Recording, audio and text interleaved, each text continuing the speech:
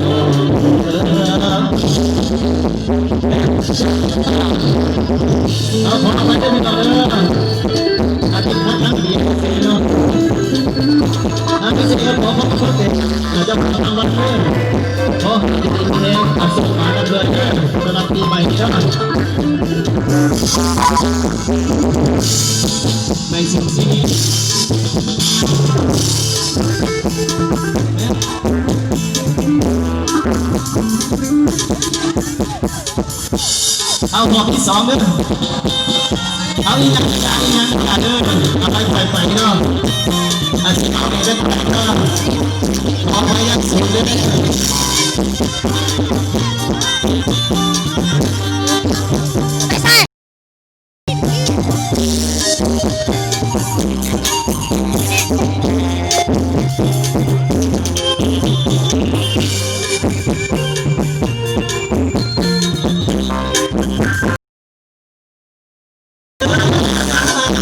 สุขี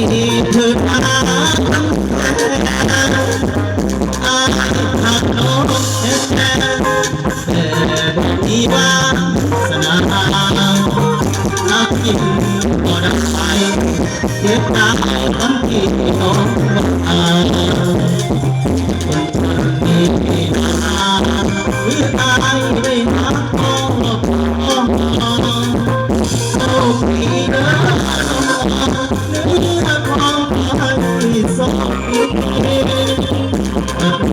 เศรษฐีคนที่จะวันมานี้ก็พอ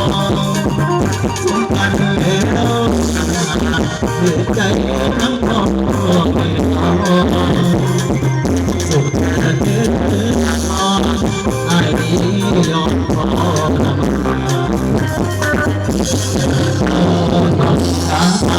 อย่าไป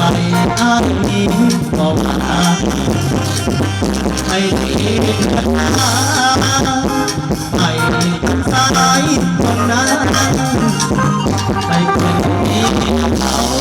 เดินจะเอาของสุขว่าขอธรรมชาติบ้านไหนได้เสียเอาพี่เดินอย่าได้เศร้าหมองขอให้เธอทอดเป็นอาหารเป็นสุขกับเราเมื่อใดเขาให้ ให้น้องคิดถึงเอาไอ้ยังคิดกับเราหากเจ้าบอกเลิก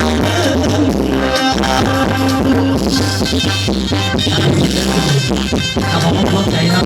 บ้านของใจเนาะอาจจะเป็นวันใจเรื่องขอให้ทุกบ้านเองส่งมาลังเลยนะ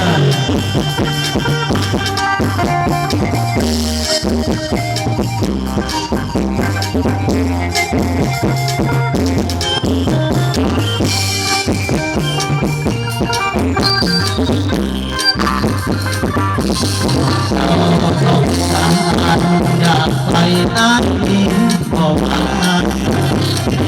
ไปดีไปกับชายคนนั้นไปเป็นนี้เขา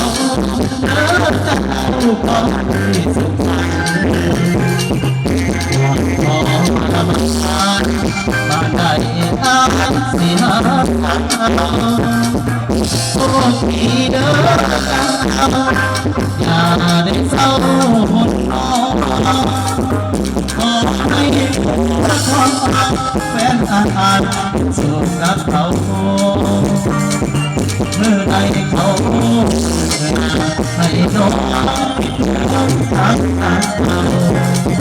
ให้ทั้งผู้กับเราหากเจ้าบอกให้